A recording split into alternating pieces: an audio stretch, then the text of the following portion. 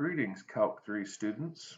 This video is to help us work through the issue of showing our work on test.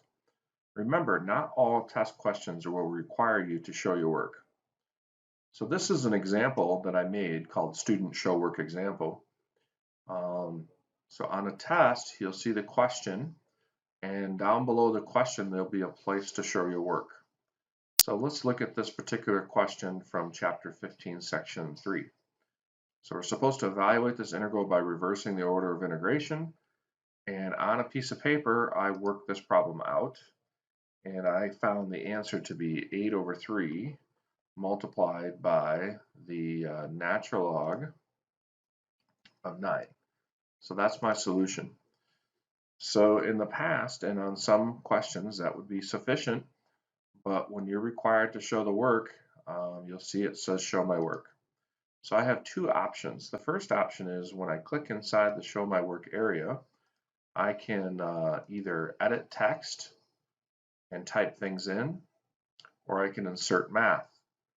So the problem with the inserting math is you use this menu tab wall to insert the math, but frankly it's quite difficult to do. So it's time consuming and a little bit of a pain. So for example, if I answered this question, I would type from 0 to 2, and then I'd have to type in 0 to y squared. And see how already it's kind of a pain to do it correctly. Easy to make a mistake. And so I want to give you the option of submitting it a different way, because if I had to do it this way, it would take quite some time. And remember, on our exams, the clock is ticking, and we only have 2.5 hours to do our test. And already you can see that would just be the first step of showing my work, right? And so you can do it that way, and that's fine. So I think a better option, instead of typing this all out, is to upload a file of your work. So what I'm going to do is take a picture with my cell phone of each of the pages of my work, or you could use a scanner and scan it to PDF. And when I took the picture on my cell phone, I emailed those pictures to myself, and that took a couple of seconds to do. And then I go to my email, and this is my email, and here are the two attachments of those pictures. And what I prefer to do is download them separately. So I download this one and then download this one. That's both pages. Then I go to back to my student show work, and I hit upload file, and then those will be in my downloads.